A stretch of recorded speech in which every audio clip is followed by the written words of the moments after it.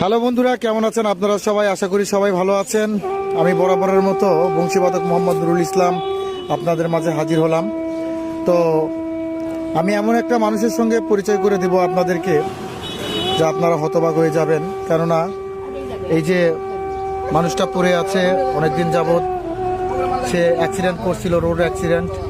সে হাডুডু খেলায় বা সব ফুটবল খেলায় পারদর্শী ছিলেন এবং সে গাড়ি চালাইতেন, নিজে অর্থ উপার্জন করে নিজের সংসার চালাতেন।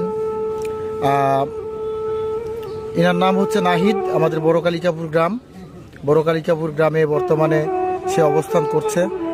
তার অবস্থানটা দেখেন, আমি তার অবস্থানটা দেখাচ্ছি। তার অ্যাক্সিডেন্ট এমন ভয়াবহভাবে অ্যাক্সিডেন্ট হয়েছে যে তার মেন মেরুদণ্ডটাই একদম অকেজো হয়ে গেছে, যার কারণে সে ছেলে মেয়েকে নিয়ে খুব কষ্টে আছে। আর তার এক কথা ফ্যামিলি চলা খুব দুষ্কৃতি হয়ে গেছে, অবস্থা খুবই খারাপ। তো যারা বন্ধুরা রয়েছেন অবশ্যই আপনারা এই ভাইটাকে একটু সার্বিক সহায়তা করবেন। স্ক্রিনে নাম্বার দেওয়া থাকবে, নাম্বারে বিকাশ নাম্বার দেওয়া থাকবে, বিকাশ নাম্বারে যাই যতটুকু পারেন একটু হেল্প করবেন তাকে চিকিৎসা করার জন্য আর কি। এই যে দেখছেন বরাবরের মতো।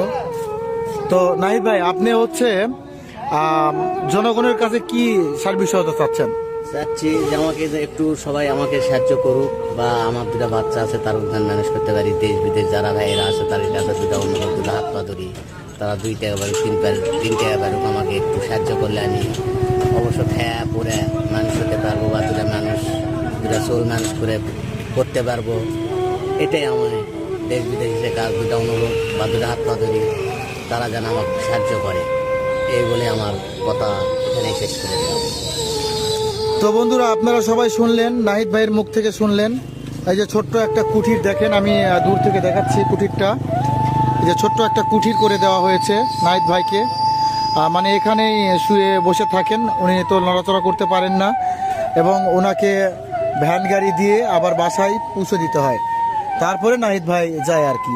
নাহিদ ভাইয়ের এমন একটা পরিস্থিতি, উনি আসলে ভাইরা আপনারা সকলেই জানেন, একটা মানুষ কখন একটা মানুষের কাছে হাত বাড়ায় যখন সে অকেজো হয়ে যায়, কিছু করতে পারে না।